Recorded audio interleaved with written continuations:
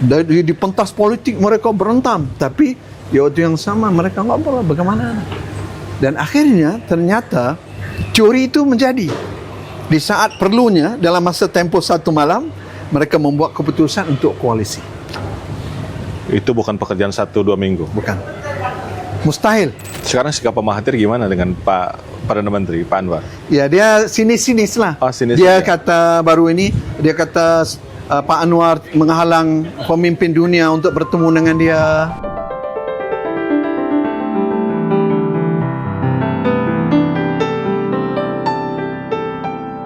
Bismillahirrahmanirrahim. Assalamualaikum warahmatullahi wabarakatuh. Sahabat Kopi Inspirasi, saya alhamdulillah sedang ada di Putrajaya kebetulan bersama dengan sahabat saya Bapak Mustafa Mansur bin Amir Muhammad Isa. Panggilan sayangnya Cik Mus ya. Ya, Cik Mus. Cik Mus. Atau Ya, saya alhamdulillah sedang dalam perjalanan liburan dengan sahabat-sahabat, sempat mampir di Singapura, ya. kemudian sudah 3 hari ya di Malaysia. Ini hari yang terakhir, insya Allah nanti malam pulang ke Indonesia. Cik Mus, saya dengar dari para senior, mungkin sebelum lahir pada waktu itu ya, Ya. banyak mahasiswa Malaysia belajar di Indonesia. Ya. Ada yang belajar di ITB, ada yang belajar di Unpad, ya. Salah satunya sahabat saya Dr. Hizul Azri ya. Ya. Beliau ngambil dokternya di Unpad. Ya. Tapi belakangan kemudian kita melihat ada yang terbalik. Banyak sekali, kalau mungkin bahasa Malaysianya ramai ya. Ramai. Ramai mahasiswa Indonesia belajar di Malaysia. Ya. Ya. Kemudian juga dari sisi PDB ya, peringkat pendapatan per kapita. Ya. Malaysia alhamdulillah nomor 3. Ya. Di berapa? Kalau nggak salah mungkin $35.000 Ya. per tahun. Per tahun. Sementara Indonesia masih $24.000, ranking 5. Jadi ini situasinya dari murid ini ternyata sudah lebih hebat dari gurunya ini. Kira-kira menurut Cik Mus ini apa yang dilakukan oleh Malaysia selama mungkin 20-30 tahun ya, sehingga akhirnya bisa lebih dari Indonesia dalam beberapa hal? Ya, Pak Haru, alhamdulillah kita senang dapat bertemu pada kesempatan hari ini. Secara ringkasnya, kalau kita lihat suasana ini sebenarnya ini antara hasil dari keberanian waktu itu. Walaupun secara politik saya tidak menyokong Mahathir, tetapi antara hasilnya inilah dia. Oh, ini sejak Ini Putrajaya. Putrajaya ya, sebelum 1998 Perdana lagi. Menteri Mahathir. Perdana Menteri Mahathir. Dulu ini ladang kelapa sawit. Ladang kelapa sawit. Ladang kelapa sawit. Jadi dengan keberanian itu juga ya kita dapat lihat perkembangannya sangat luar biasa, dan pelabur juga yakin dengan apa yang dilaksanakan oleh Dr. Mahathir ketika itu. Dan di waktu yang sama, kalau kita macam Pak Haru katakan tadi, saling belajar. Orang Malaysia datang ke ITB, ya, datang ke UNPAS dan sebagainya. Tetapi di waktu yang sama, proses itu kelihatan berjalan lancar. Satu dari aspek yang harus kita ingat iaitu ada beberapa pemimpin kami yang mempunyai pemikiran yang jauh ke depan. Satu, Dr. Mahathir itu sendiri. Kemudian yang keduanya, selepas Dr. Mahathir, walaupun pada tahun 1998 ada keretakan kepimpinan, iaitu Dr. Mahathir tidak boleh terima cara dan pendekatan Pak Anwar. Sehingga berlakulah pemecatan dan sebagainya. Walaupun pemecatan itu seharusnya tidak berlaku, kerana alasannya bukan alasan yang wajar bagi sebuah negara. Cuba dipermainkan, dibentuk naratif yang kononnya Pak Anwar ini terlibat dengan aspek sosial, moral dan sebagainya. Ya, saya dengar dulu di media ya. Ya, itu maklum sekali di media. Bahkan bukan saja di Malaysia, Indonesia, bahkan di seluruh dunia. Kesilapan itu tak terbayangkan juga oleh Mahathir satu ketika Malaysia ini akan berada di bawah tangan Pak Anwar Seperti hari ini. di hari ini. Dan ketika sebenarnya pada 2018 majoriti rakyat Malaysia sudah pun memilih Pakatan Harapan. Oh sudah. Sudah Tahun berapa itu? 2018. 2018 sudah pilih Pakatan Harapan. Sudah memilih Pakatan Harapan. Cuma masa itu oleh kerana Dr. Mahathir melihat tidak ada jalan lain untuk berkoalisi dan Pak Anwar pula masih dalam tahanan. Dia melakukan satu manuver politiknya bergabung dengan Pakatan Harapan. Oh beliau bergabung? Untuk mengalahkan Najib Razak. Pak Najib pada Pak saat Najib, itu ya. pada Incumbent masa ya, itu, Perdana Menteri. Incumbent, ya. Yang datangnya dari Barisan Nasional ataupun UMNO. Dan apabila Dr. Mahathir berkunjung ke mahkamah, bertemu dengan Pak Anwar beberapa kali, ya, akhirnya diterima. Mahathir menjadi kepala kepada sebuah gerakan yang berpuluh tahun menentang dia. Tidak ada dendam ya? Luar biasa. Ya, ada sedikit kocak tu biasa. Tapi Pak Anwar Katakanlah Pak Anwar disakiti oleh Pak Mahathir. Pak Anwar ini, jadi kami ini memang barisan Kalau kita, Cik Mus ini memang pendukung Pak Anwar. kita ni pendukung Pak Anwar dan Masya Allah. penggerak reformasi. Penggerak reformasi. Jadi kita ini antara penggerak reformasi di Malaysia. Kita berdialog. Ada sebahagian teman-teman yang membawa pendekatan yang mengatakan bahawa tak bisa, kita mana bisa, dia ini seorang yang terlibat dengan qazaf. Kan orang yang menuduh zina dan juga menuduh liwat mesti datangkan 4 orang saksi. Tetapi Pak Dr. Mahathir tidak datangkan 4 orang saksi. Bahkan kes itu dibawa dalam mahkamah sivil, bukan mahkamah syariah. Sebab kalau mahkamah syariah dia perlukan 4 orang saksi. Dan tidak ada itu. Dan tidak ada. Lalu dia teruskan dengan mahkamah sivil. Akhirnya Pak Anwar terkena. Walaupun tidak ada bukti dari peringkat awal yang melibatkan Pak Anwar dalam kes tersebut. Kemudian bersambung sebab demi kelangsungan hidup Partai Barisan Nasional ketika demi Malaysia, itu, demi Malaysia dan sebagainya, dia terus mereka beralihkan selepas Dr. Mahathir kan kepada Daulah Badawi, Pak Abdullah Badawi. Selepas Pak Abdullah Badawi naik Pak Najib pula. Kemudian jatuh Pak Najib, naik Mahathir pula. Bekerjasama dengan Pakatan Harapan. Tapi kabarnya hanya 2 tahun saja beliau. Ya. Dan di sinilah banyak yang tidak tahu bahawa sudah ada MOU, sudah ada perjanjian. Sebenarnya Pak Mahathir seharusnya sementara. Dan mesti serahkan kepada Pak Anwar dalam tempoh 2 tahun. Tapi liciknya Mahathir ini, bila sampai 2 tahun, dia letak jawatan, jatuhlah kerajaan itu. Seharusnya sebelum dia bertindak apa-apa, dia mesti bagi peluang kepada Pak Anwar. Sebab isteri Pak Anwar adalah timbalan Perdana Menteri masa itu. Tapi bisa naik jadi istrinya Pak Anwar. Bisa naik ataupun perjanjiannya memang mau diserahkan kepada Pak Anwar. Kepada Pak Anwar. Jadi itu bisa diatur, bisa disusunlah. Tapi oleh kerana dalam perlembagaan kita sekiranya Perdana Menteri meletakkan jawatan, maka jatuhlah kerjaan itu. Ini mungkin juga rekayasa dari Pak Mahathir bersama dengan partai yang kita katakan Perikatan Nasional. Jadi Perikatan Nasional itu dalamnya ada Bersatu, Parti Bersatu, Pak Muhyiddin Yassin ketuanya. Kemudian di situ ada PAS, Tuan Guru Abdul Hadi Awang. Kemudian ada beberapa, termasuk juga sebuah partai Cina, iaitu Partai Gerakan.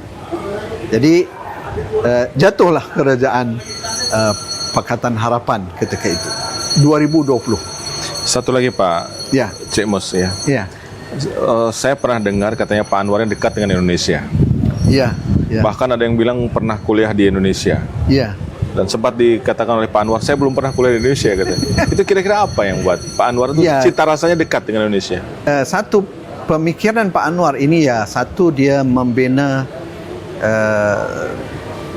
namanya Angkatan Belia Islam Malaysia. Angkatan Belia Islam Malaysia. Jadi sebuah gerakan anak muda yang dibangunkan oleh Pak Anwar dari sekolahnya, kemudian dari universitinya, dan dia pula bina pula, selepas itu dia membina sekolah-sekolah untuk anak-anak yang kurang bernasib baik, anak-anak kampung. Terkenal sekolah itu namanya Yayasan Anda. Kemudian Yayasan Anda ni pula dibina pula di beberapa negeri di seluruh Malaysia ini. Dan saya ni salah seorang dari murid-muridnya sekolah tadi. Berarti ini kadernya Pak Anwar? Ya, kalau secara ininya kita memang ada di mana-mana. Mau tidak mau, kalau namanya sekolah Pak Anwar itu, pemikiran kita hampir sama. Kalau Indonesia macam Nurul Fikri. Oh, Jadi jangan main-main ya. soal pendidikan anak muda. Ya. Sebab dia akan berkesan, bahkan pembinaannya itu Berbekas, bekas, panjang. panjang. Dan dia lebih setia. Loyalitasnya tinggi. Betul. Dan antara kumpulan yang mula menggerakkan reformasi selepas Pak Anwar isytiharkan, selepas dia letakkan jawatan pada 2 September 1998, maka dia menyeru kepada semua anak-anak muridnya, kader-kadernya supaya melakukan reformasi. Dan gerakan reformasi itu bertahan sampai sekarang. Sekarang sikap Pak Mahathir gimana dengan Pak Perdana Menteri, Pak Anwar? Ya, dia sinis-sinis lah. Oh, sinis Dia ya. kata baru ini, dia kata Pak Anwar menghalang pemimpin dunia untuk bertemu dengan dia. Kan baru ini Pak Erdogan datang. Ya. Pak Anwar kata, ya Jadi belum silakan. damai ini? Oh, belum. Secara ininya perang dingin lah. Iya. Cuma Pak Anwar, saya lihat, kalau kami ni pendukung-pendukung ni kata, apalagi kita sumbatlah dia penjara. Jelas sekali perbuatan dia ni. Kemudian terlibat pula dengan macam-macam kes ya. Termasuk anak-anaknya semua bilioner.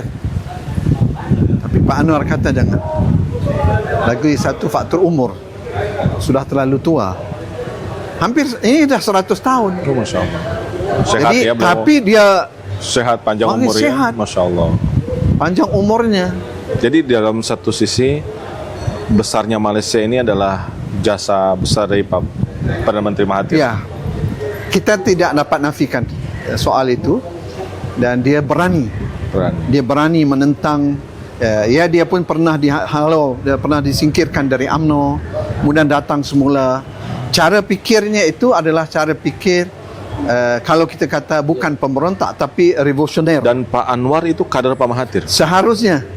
Tapi Mahathir dan Mahathir juga membaca Pak Anwar ni dari sudut yang lain, sebab Pak Anwar sudah tentu berbeza dengan Mahathir sebab dia ada background Islam yang kuat.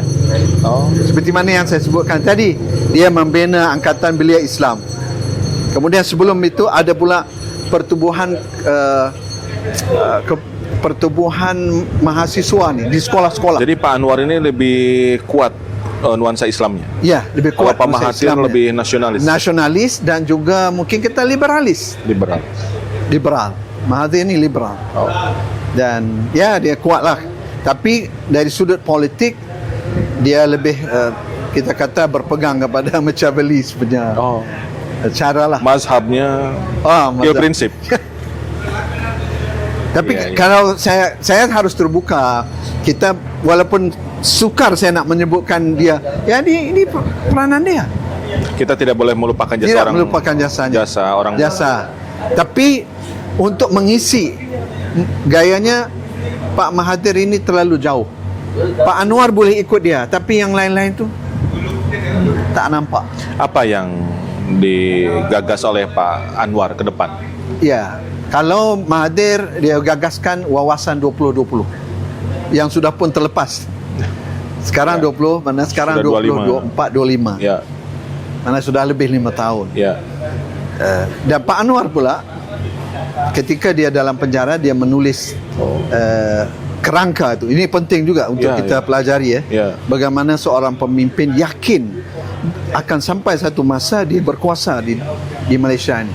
Dia menulis satu skrip namanya. Skrip, Dan konten skrip itu ada dalam konteks madani. konteks madani. Ya.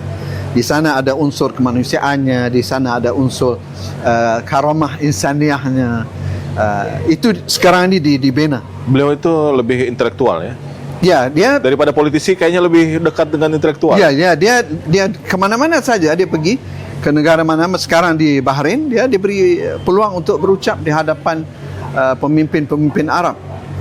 Dia seorang dosen sebelumnya. Dia Pak dosen Anwar. dan dia pernah jadi dosen di Georgetown University dan memang dia pun S1-nya apa beliau bidangnya?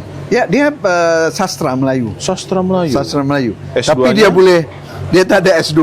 Tak ada S2. Tak ada S2. Oh. Tapi dia ialah banyak doktor Apa anugerah. dapat ini honoris causa? Ya, Doktor ya, honoris ada causa. dapat banyak. Oh. Banyak dapat.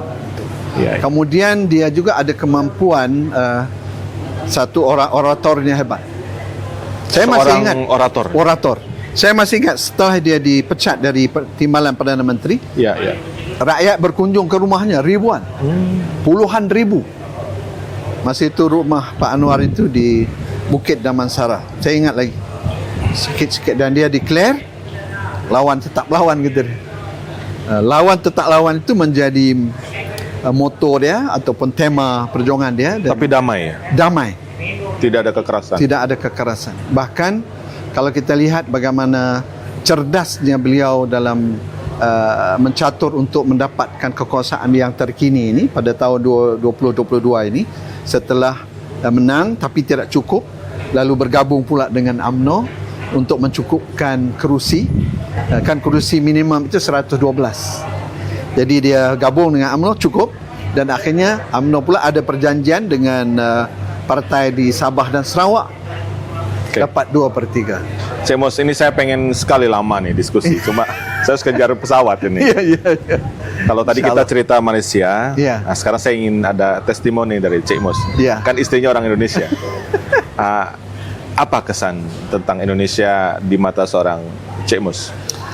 Saya sebenarnya agak terkejut dengan apa yang berlaku dalam selepas, sebab masa pemilu yang awal kami walau bagaimanapun saya dengan Pak Jajen ya. Iya, iya. Ayolah kita saling Sering diskusi, apa yang ya. diskusi, kita bantu-bantulah Ya, ya. buat kempen dan sebagainya. Masa cuba mengangkat Pak Anies. Oh, ikut juga ya? Ikut. Dan sebab sikit saya faham. Ya, ya, ya.